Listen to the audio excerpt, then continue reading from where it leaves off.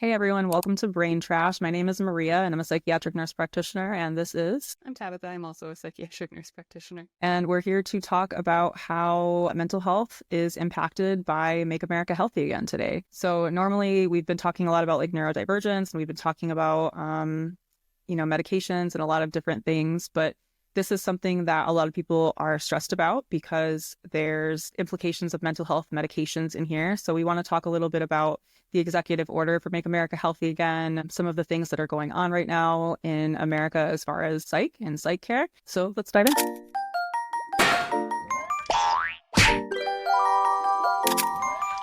So I think a lot of people right now are worried about Make America Healthy Again. Has anyone come to you so far in practice and said like, oh my God, I don't want my psych meds taken away? Have you heard anything? But yeah, no, I get like a few emails a week. Most of the clients that I've seen since that made headlines have asked if I'm concerned about it or if they should be concerned about it.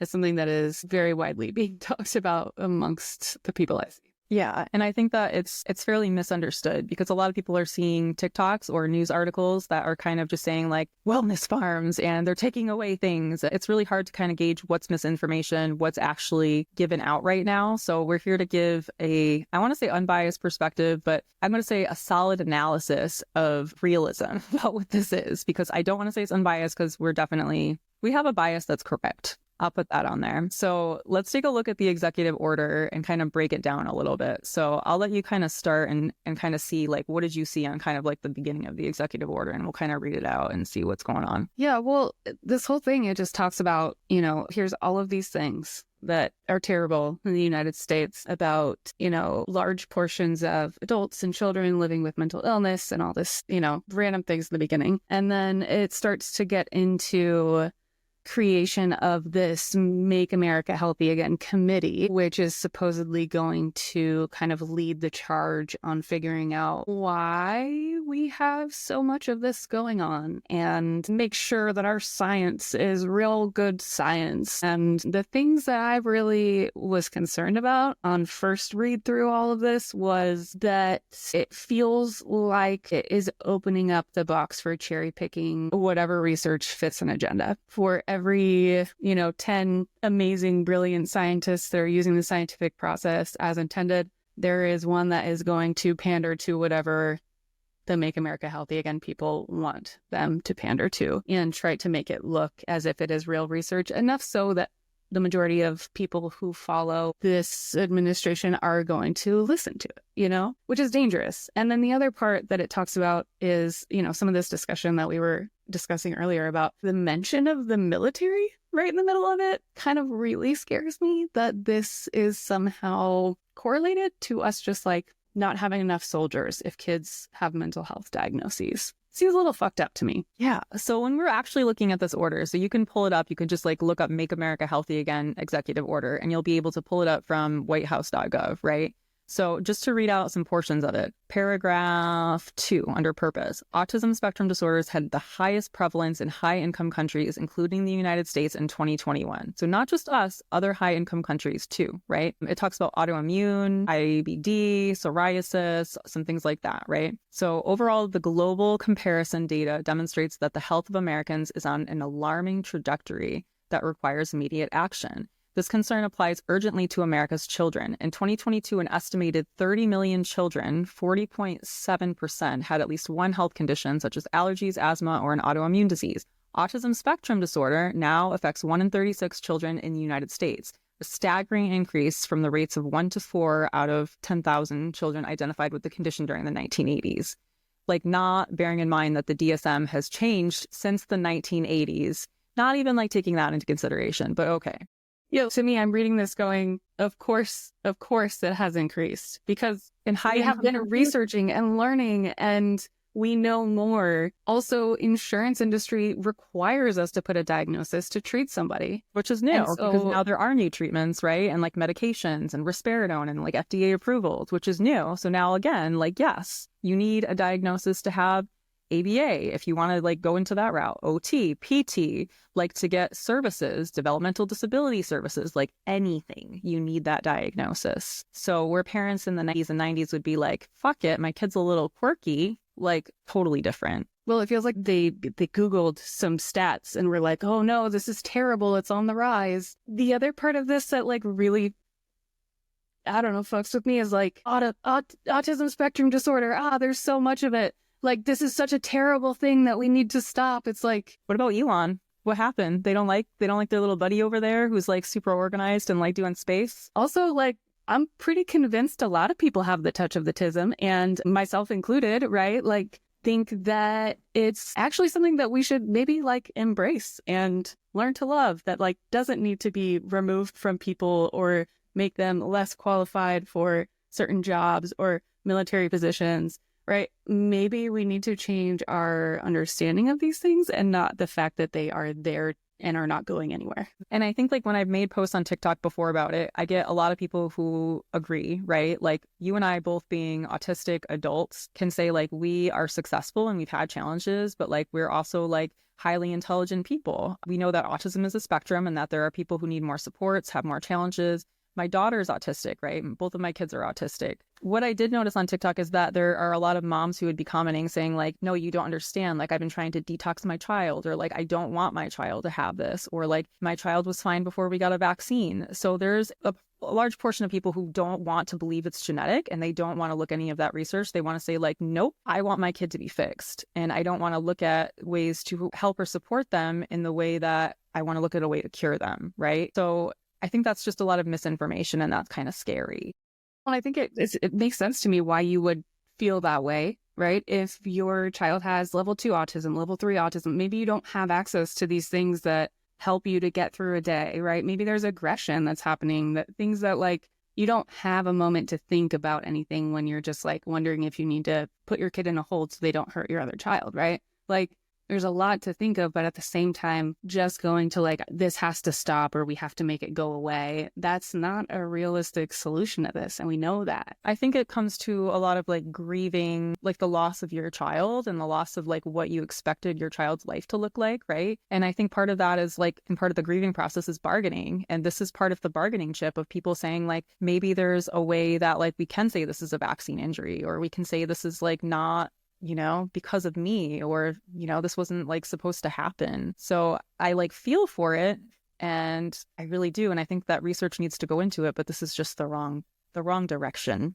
And then when we continue to read, we see these health burdens have continued to increase alongside the increased prescription of medication. This is where people get worried. For example, in the case of ADHD, over 3.4 million children are now on medication, up from 3.2 million children in 2020. The number of children being diagnosed with the condition continues to rise. This is where we see the military piece. This poses a dire threat to our American people and our way of life. 77% of young adults do not qualify for the military, largely in part because of their health scores. Why else would this come right after talking about ADHD medication and autism, right? If you have an autism diagnosis, you are disqualified from joining the military, period. If you have ADHD medication, you need to show that you've been off of it for 1 year prior to being able to join the military to prove you're not dependent. If you are on an SSRI, an antipsychotic, a mood stabilizer, you are disqualified from joining the military. People are like, oh, you're just kind of making a reach here. And I'm like, no, this is literally like, we're looking at paragraph, right? It's right there next to it. Like paragraph 5, paragraph 6, right there, paragraph 5 and 6. Like, let's put it in a bullet point here. 1, 2, there's the cause. So it's just scary to think about. I've had people literally tell me that when they were recruited into the military, their recruiter told them to not disclose a history of bipolar or taking mood stabilizers. They were basically told it's like a don't ask, don't tell type situation. And that to me is like, okay, why would we do it that way? When what we could do if we need more people to join the military is look at, why is this a rule? Why is this a rule that somebody who has a mental health diagnosis can't join the military? And I mean, sure, there's obvious reasons I can think of off the top of my head, right? PTSD. If I already have trauma and now I'm going to hand-to-hand combat, it's probably going to fuck me up, right? Yeah, that's true. But something like ADHD that is well managed, or level 1 autism that somebody has a lot of really great insight into how their sensory needs are impacted, that wants to join the military and is fully functional, why are they not allowed to? And why are we now saying that like the reason that it's a problem that people are diagnosed with this thing is because these kids don't qualify for the military? That's fucked up. Yeah. And I think that if we just wanted to look down the avenue of like, I know a lot of autistic people who love routine and who like always wanted to join the military, and that's They been would their thrive. fascination. Yes. And they would do like the best ever in these positions, but like totally disqualified. Think of the marching band. Listen, I was in the marching band. Were you? Everyone else in the marching band, pretty on the surface appearing autistic, loved it, right? There's like structure, routine. I'm supposed to go here. I'm supposed to do this. I've got to wake up early for a sense of purpose and, you know, this strong sense of justice and all this stuff. Like, why would that just be like, oh, this is a terrible thing. We should not allow these people to do what they want to do. Yeah. But also, did the noise bother you? Just like off topic? No, because it was noise that I liked. Okay. Just making sure. Okay. Noise that I don't like, yes, bothers me. But noise that I choose to like, yes, I like it. Just as a neurodivergent, you know, question.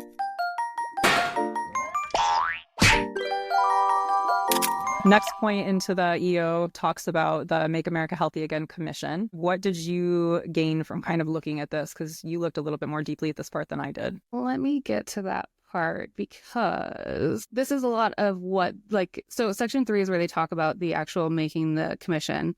Right before section 2 and then into section 2, it kind of goes over what they really want to focus on, right? Like, it includes fresh thinking on nutrition, physical activity, healthy lifestyles, over-reliance on medication and treatments, effects of new technological habits, environmental impacts, and food and drug quality and safety. This is where I see a lot of like proponents of Make America Healthy Again, and a lot of people who are like, oh my gosh, RFK, he's amazing. This is the stuff that they really attach to. And here's the thing is like, I've done autoimmune paleo diets and I've felt better, right? I have utilized like food, exercise, and all of these things to help my own health. I don't have anything against them, right? I do think these are all really great things that everyone should have knowledge and access about. However, that doesn't mean that like taking medications that make us like not want to eat ourselves off the face of the planet is a bad thing. You know, this is how I ended up in this field. Like, this isn't something where like I was just like, oh, I love Big Pharma, I'm going to go prescribe medications. I'm going to spend all my money and time in school to do something that I hate. No, I saw like the real, actual lived experience of people who were doing all of these other things: nutrition, physical activity, not using technology as much, meditating, not using drugs or alcohol, right? Like doing all of the things and still getting back to this place of like, not really sure I want to exist. And so to villainize the medications and say we need to just do these things instead, it's not a fair analysis of what needs to happen. And so they create this committee. It's got, so the chair of it is RFK Jr., right? And they've got like assistant to the president for domestic policy, who's the executive director. And then this is in order how they list the people that are going to be part of this committee: Secretary of Agriculture, Secretary of Housing and Urban Development, Secretary of Education, Secretary of Veterans Affairs, Administrator of the Environmental Protection Agency, Director of the Office Management and Budget, Assistant to the President and Deputy Chief of Staff for Policy, Director of the National Economic Council, Chairman of the Council of Economic Advisors, Director of the Office of Science and Technology Policy, Commissioner of Food and Drugs. And then at the very bottom, we've got these last two: Director for the Centers for Disease Control and Prevention, and then Director of the National Institutes of Health. Like, those are the two that I would think would maybe be at the top. Those are the people that have, you know, medical doctorates or PhDs or actual research within healthcare at all. But instead, we've got like the people that are growing Linda the McMahon, food and teaching the kids that have already established that they are very much going to be yes men for Trump. Sketch. And we did look at like who is like the acting director for the CDC, who is the acting director for the NIH. And we know that like they are people who have research backgrounds, and they're people that we just don't know a lot about. There's nothing like wildly scary about either one of them, except like they're probably not the most qualified people on the planet to be heading those departments. But like, you know, neither are you and I, apparently. So we'll just kind of pass by that. But yeah, apparently, I just thought it was a funny mix of humans to be on this very important committee.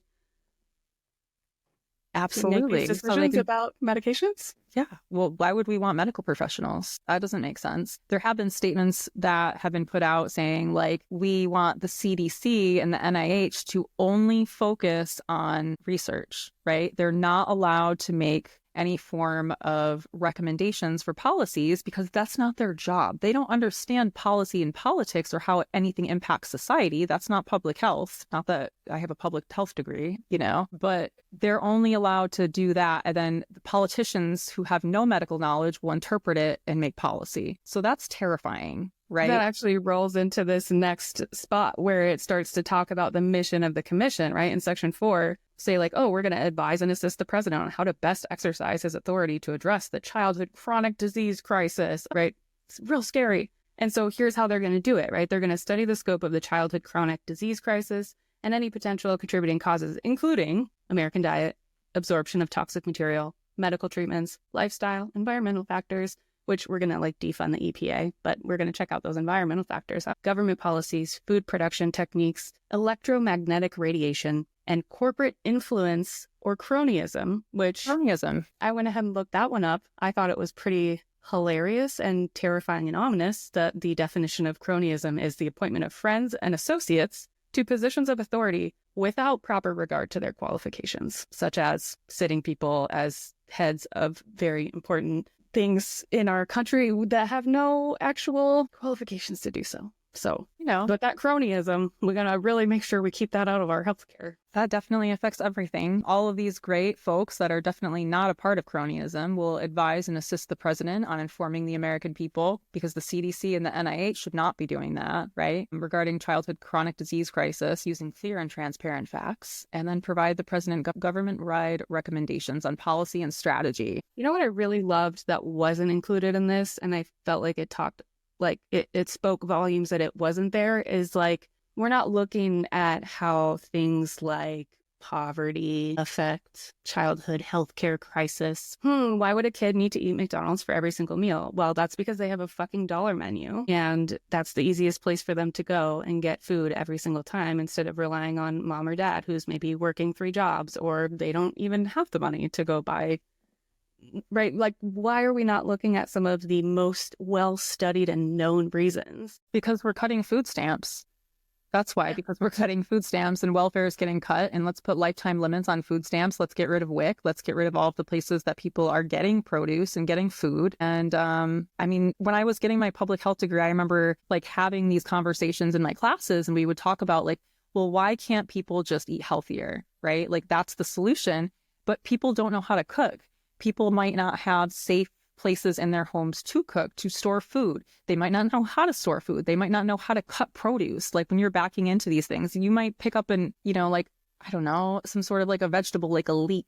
People don't know what leeks are. I didn't know what a leek was till I was in my 20s, right? Like, I had mac and cheese when I was a kid. That's what I ate from a box. There are actually programs that go into schools who predominantly have kids in poverty that teach them how to cut vegetables, how to cook meals, how to replace some of the carbs that they may use at home with healthier carbs, right? I know people personally who are in these programs that are being cut and they're being removed from these schools. So these kids are no longer even having access to learning these things, let alone being exposed to them in their real life. So this is a front, as we're kind of seeing it, that we're going to publicly announce that the reasons for illness are not related to that. And that's kind of what this is it's saying that there are other reasons. It's like vaccine injury, right? Like the toxic chemicals, that's what that's relating to, which now we see, RFK backing on, saying like, actually everyone should get vaccinated because people are dying. Surprise. Who knew that vaccines are like our number one defense against deadly disease? Who knew?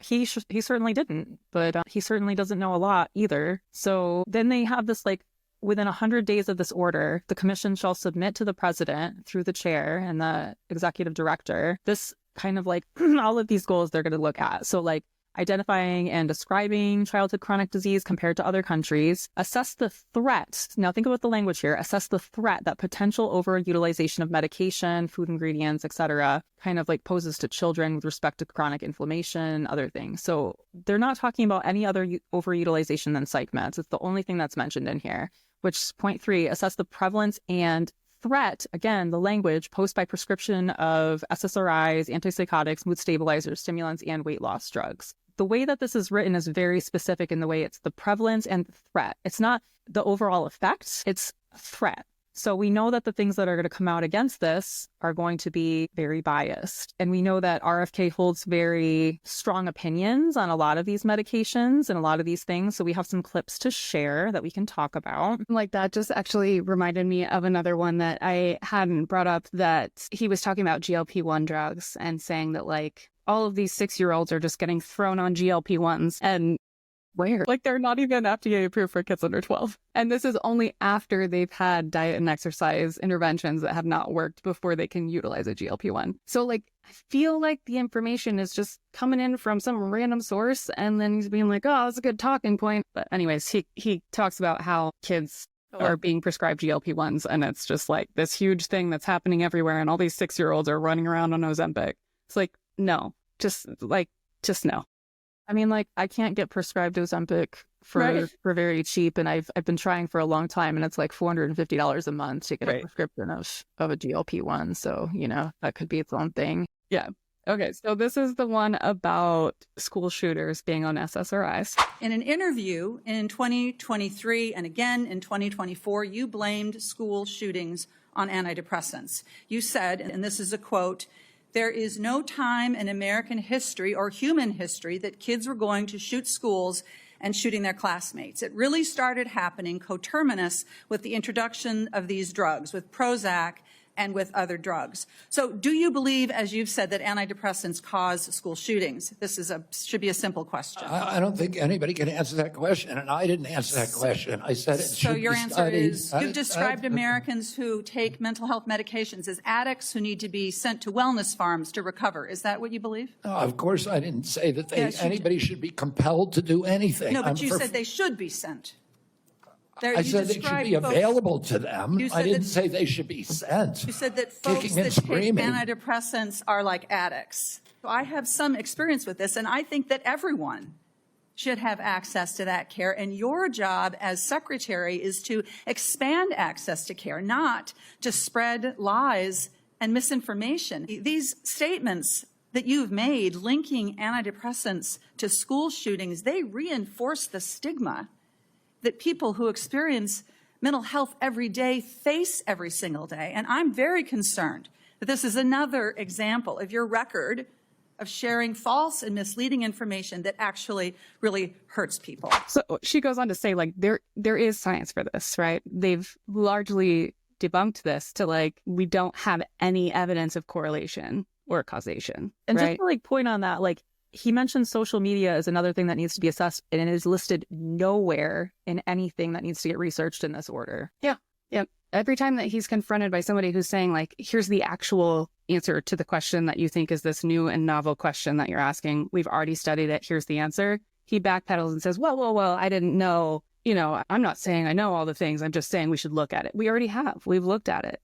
And then their rebuttal to that is, well, it's not been good science, which is why half of this executive order says things like using rigorous and transparent data and looking at what the best practices are and the integrity of science, right? Because all of this is to discredit any previous science, again, to kind of lead us into that ability to cherry pick answers that sound better. And then when we're looking at transparent, right? So, like, how many school shooters have been taking these medications, and, like, did it cause it, right? So, like, Aurora Theater shooting prescribed clonazepam, which, again, not listed, and sertraline. Adam Lanza for Sandy Hook had a antipsychotic that was prescribed, but he was never taking it. This guy for Thurston High School in 1998, Prozac. Virginia Tech, Prozac. Elliot Rodger in 2014 refused to take an antipsychotic, and then Parkland shooting on antidepressants. So when we're looking at the people who have taken antidepressants, we have to think, like, was this the cause? No. Typically, we see that there was trauma. We see very tumultuous upbringing, bullying. We see a lot of, like, other things that are in play. And then there's an FDA warning on antidepressants in general, right? It says between the ages of 15 and 24, there could be an increase of suicidal ideation. So people might interpret that to say, like, well, there is an FDA warning, bad things can happen with these medications. That study was fairly flawed.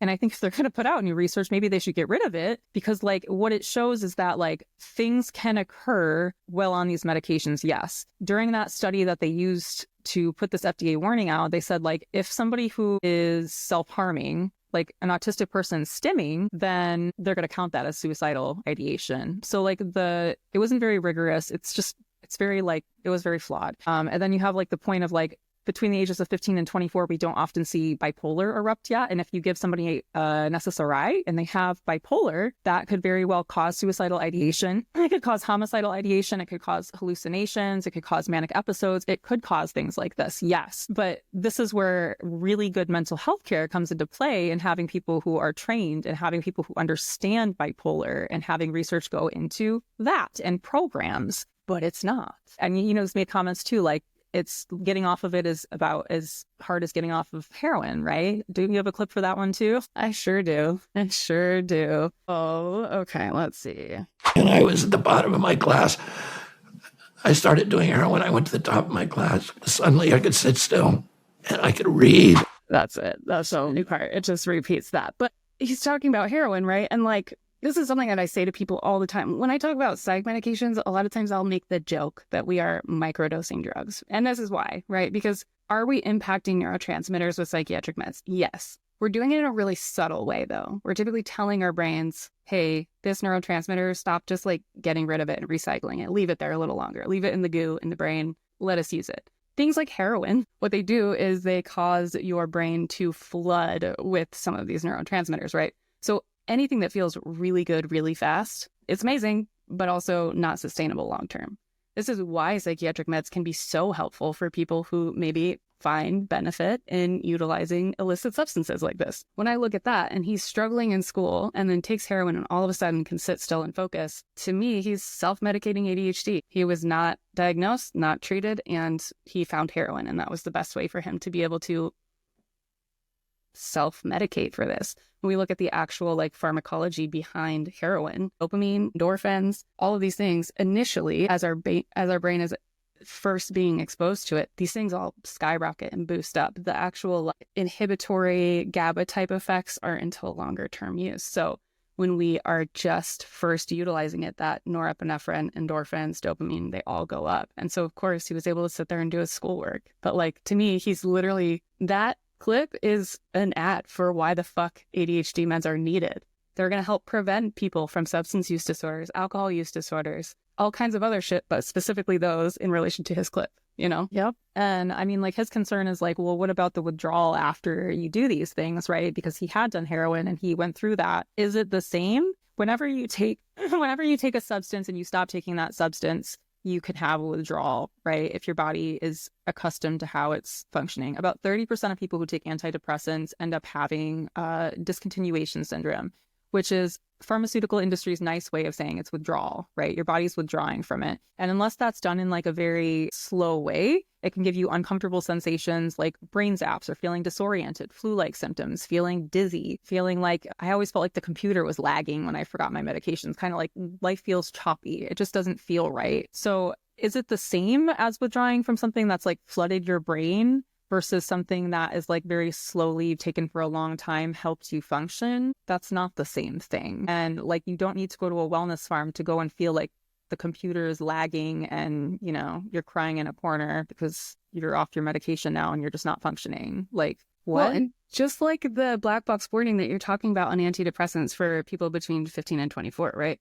This is a conversation that you have with your patient beforehand. Hey, this is one of the warnings. Here's what could happen. Let's make a risk versus benefit analysis and find out, is it worth trying this medication? Same thing, whenever I start somebody on a med, I let them know initially from the first time we ever talk about it, this is what it's going to look like to get off of it. Not only because I want them to know what to expect, but also because so many people maybe can't afford their visits anymore or just aren't going to reach out because they forgot to make an appointment or something like that, and they take themselves off of their meds.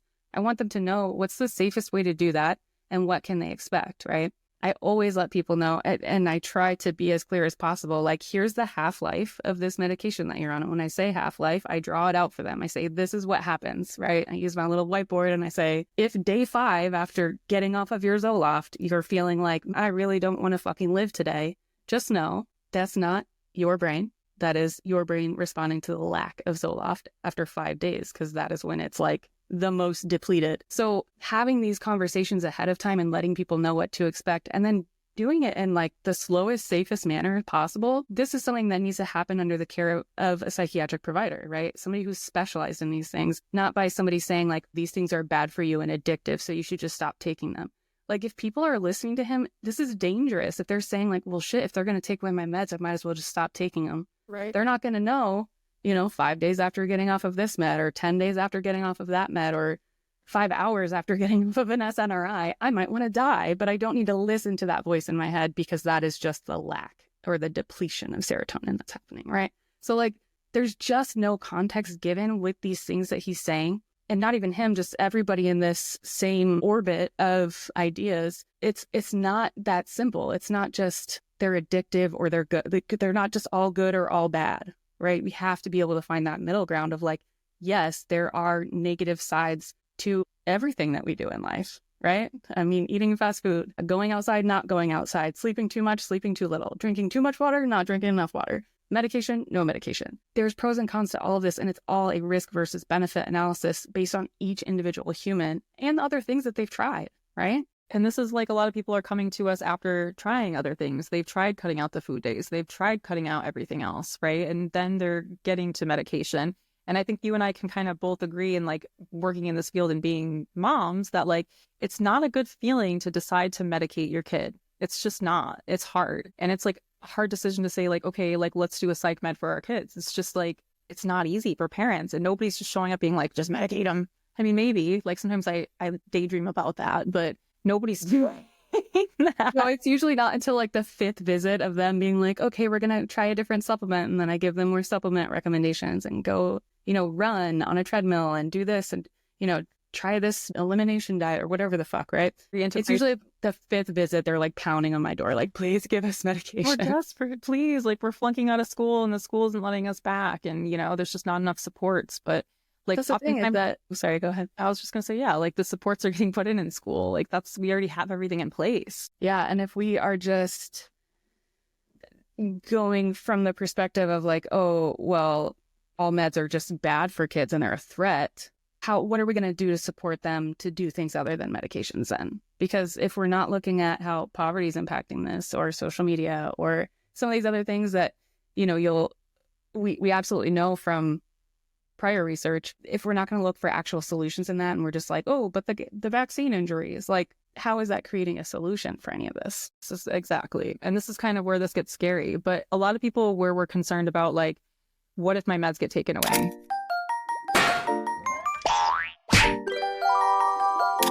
So what we can say looking at this is, number one, it's only directed at children. If you are over 18 and you're taking psych meds, nobody is saying anything about even researching, talking about nothing about your psych meds. Nobody's talking about it. There are like other things that are ongoing with like the DEA, which could impact stimulants, but that's different. So not a part of this. Again, only for children. So why would it affect the ability of kids to have this, like to have their medication? I think that it's going to be a lot of propaganda from the research that's going to get put out. We talked about like, there's a lot of like, this is negative, right? But we have to also remember like Big Pharma is powerful, and like Big Pharma is not going to let anybody in office take away their ability to make money. It's just not going to happen. So we know that RFK has invested a lot of money, and his family has invested a lot of money into psychedelic research. That is something that we expect to take off, which is a good thing, right? Like it should be researched, but not at the expense of these other medications being pushed out. But there's no regulations currently in the military for taking ketamine or anything like that. So, seems convenient. And then we also have Big Pharma as kind of a force of, if insurance companies stop paying for children's medications, parents will be forced to pay out of pocket. Because insurance companies can now say like, well, it's not safe to take these. We don't want to pay for it. Now parents are forced to pay out of pocket, more money for them. Insurance companies can say like, well, we're not going to pay for adult medications or mental health benefits at all. Again, more money for Big Pharma and more money for insurance companies. So everybody seems to be benefiting here. RFK is benefiting, Trump is benefiting, Big Pharma is benefiting, insurance companies are benefiting. Like all of the big guys are all winning. So no, the medications are not going away, but I guarantee like GoodRx coupons will probably go away.